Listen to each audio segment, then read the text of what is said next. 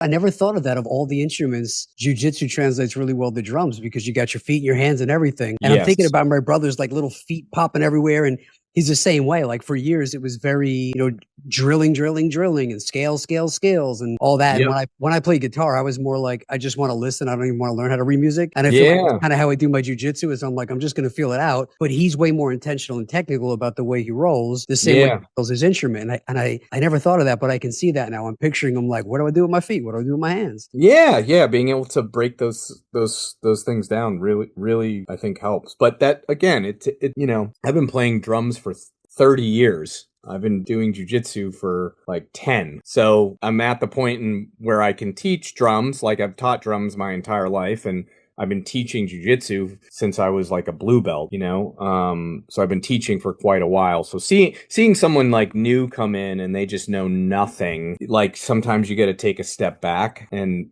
be like, okay, like what was that like for me? Like, what were those mistakes like for me? And how can I change somebody's life and not get frustrated? Like, how do you not understand? Like, put your left foot on the hip, and then, grab their wrist and, arm drag or whatever. How does that not make sense to you? And that patience in teaching is really, really crossed over into, stressful situations, to go back to that a little bit. I think immensely, like maybe like frustration is just like not understanding. Right. So but that goes both ways. Like in a teaching way, you have your student that doesn't understand what you're teaching and you're like, do you not know your left from your right? You do, but in this situation, just, the connectivity there, neurologically is just not there yet. And so you got to go, wait a second, like this is a whole other problem, that I need to solve as a coach, right? So what do we do here? How do I put myself back in those shoes? Like what would be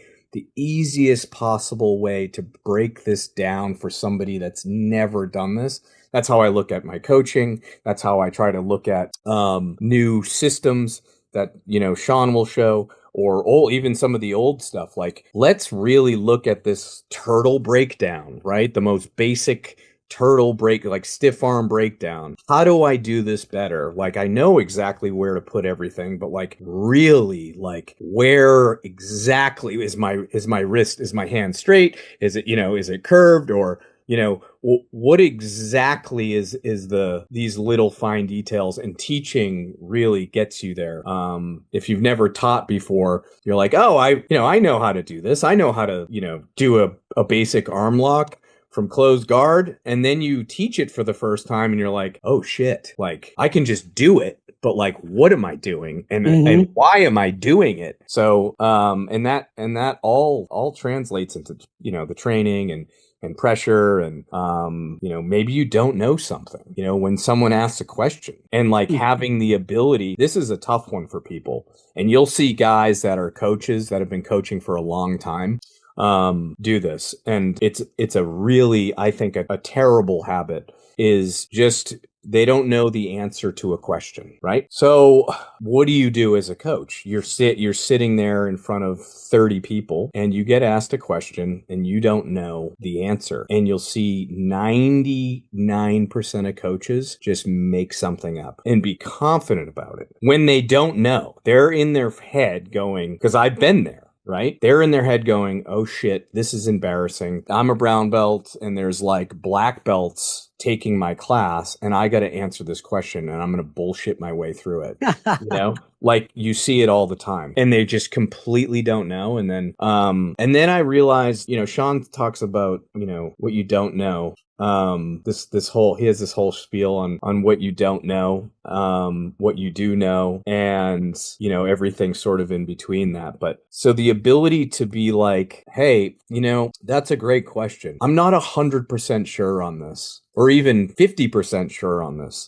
This is what I think. But let me get back to you. So this is what I would do in this situation. But let me ask my coach and I'll get right back to you on that. Is like the hardest thing for coaches to do. They would rather not say that, which is really interesting. But at first, the first time you do that, it's kind of humbling. But then it's like, nobody really fucking cares. If you don't know, like if I know, if my coach ever says that to me, I'm not 100% 100% sure. That's a great question. Let me get back to you on that. I'm like, man, I have respect for that guy. Man, do I have respect for that guy, you know? And it's because of, you know, I've had a great coach who's in some aspects been like, oh, wait a second, like I've seen him do it, and it's only probably been, you know, a few times in the long time that I've been training with Sean where he's like, oh, actually, what, this might be a better way to do this. I've been doing this, you know, like this for how many years, and you know, actually, this is really interesting. That's a great question. Let me try something and like